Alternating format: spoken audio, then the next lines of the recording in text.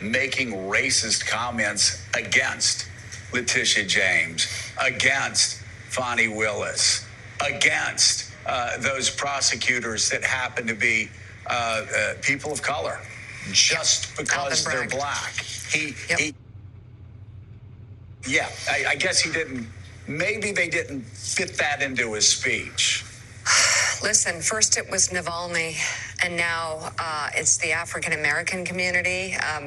These comparisons are sick and grotesque. Biden-Harris campaign co-chair, former Congressman Cedric Richmond, responded in a statement, quote, Donald Trump claiming that black Americans will support him because of his criminal charges is insulting, it's moronic, and it's just plain racist. He thinks black voters are so uninformed that we won't see through his shameless pandering.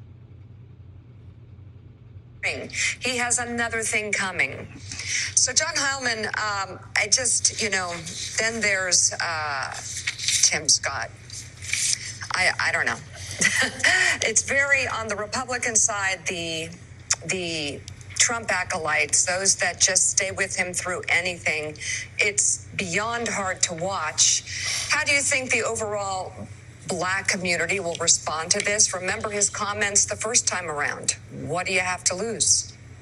I mean, honestly, Mika, I don't think most black voters are paying attention to the race at this point, and I don't think they're going to respond to this in particular in any way. But I would say that if you think about, the things that people talk about as being correctly, think about what are the concerns that the Biden campaign has going into a general election against Donald Trump. It's not so much these head-to-head polls. It's that they've seen their support among certain core constituencies slip, including non-white voters, dramatically. And at the core of that is a lot of black voters. And the Biden campaign comes back and says, hey, wait until the race is clear that Donald Trump is the nominee. When we get to the fall, and it's this binary choice between the two, the African-American community in America is going to remember that Donald Trump is an existential threat, and they are going to come home to us. We have a lot of work to do, but they're going to come home.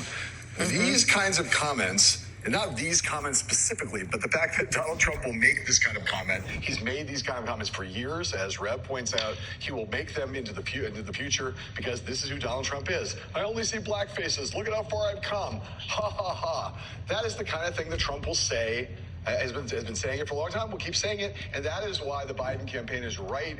They have at least something to cling to there where they say, hey, when people start to focus on this race, our core constituencies will come back because they'll remember who Donald Trump is. And he'll be in front of them showing them who he is day after day after day. This is kind of a preview of the kind of thing they're counting on in the fall to bring African-American voters back to Joe Biden with the kind of intensity they had back in 2016 back in 2020. Yeah, a Trump advisor told me and made this same argument that the indictments would make black voters go for Trump, that the mugshot would make black voters go for Trump. Went on to add that the new line of Trump sneakers would appeal to black voters and would make them go on to Trump, which, of course, we can all leave that aside, just how grossly offensive that is. So, Matt Lewis, let's just give especially with those sneakers. Well, yeah, and also it's my God, they're just the worst. Matt Lewis, let's give you the final word here on this particular moment. It's true. Haman's right, and that the Republicans and Trump in particular think they've made inroads with black voters, although he may have just hurt himself with these comments. It is an area of concern for Democrats. They know they have to work hard to get them back, and their constituencies are saying, hey, don't take us for granted. How do you see this dynamic playing out as November approaches?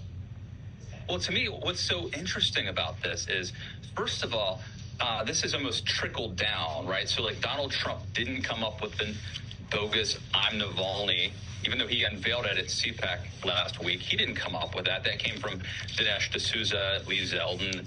Similarly, this racist notion that the mugshot would make Trump popular with African Americans, that's like a year and a half old. I think it came from like Dinesh D'Souza and Laura Loomer, kind of fringe right-wing activist types. Trump then, at some point, it gets to him. And, there's an old expression in politics, hang a lantern on your problem. How do you make a mugshot into a positive?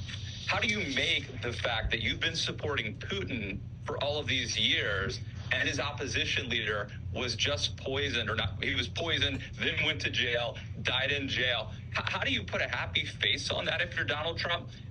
Their ability to come up with these bizarrely devious, in some cases, almost evil, brilliant, but also entirely flawed, obviously, and bogus excuses is pretty unparalleled. I can't believe the audacity of doing it. Some of them I think are better than others, but I imagine that there's someone out there in middle America right now who's not paying that close of attention to politics, who now thinks, oh yeah, Trump is just like Navalny. He's the victim. Right. He's casting himself as the victim once again. If nothing else, it's impressive that he keeps trying. Well, and he keeps saying, I was indicted for nothing, and they indicted me again and again and again, Joe. You know, that gets repeated. That reverberates across many news outlets. I guess I'll call them news. But, you know, websites and TV networks without any contradiction, without any answer back to it. And so, like Matt says, people go, oh, my God, they indicted him for nothing. Yeah, I just want to circle back really quickly. Again, we're talking about the media and its coverage. We have been hearing now since 2020 breathless coverage, because this is what Trump campaign people constantly are telling the media. We're going to do really well with black voters. Black voters are breaking to us. It's going to be historic. We're going to. I had one of their top people say, we're going to get 20% of the black vote. You wait and see. We're doing better. And it's all we hear. Why is Donald Trump, you hear it all the time. Why is Donald Trump doing so much better with black voters historically? Perhaps it is because black men like him because he plays a macho. You know, can we just actually deal with the facts here for a second? In 2020, Donald Trump, according to AP, got 8% of the black vote. It's about what he got in 2016. 8%. Editors, think about it. John McCain in 2008 got 12% of the black vote. Not a landslide. You know, maybe Donald Trump will get 8, 9, 10, 11% of the black vote in 2024 if he's the Republican nominee. But I'm constantly hearing this. I'm constantly hearing, oh, he does so well with Hispanics. You know, Joe Biden's in. And by the way, we heard that in 2020 as well. Biden doesn't relate to Hispanics. Trump's going to do well. He got 32% of the Hispanic vote.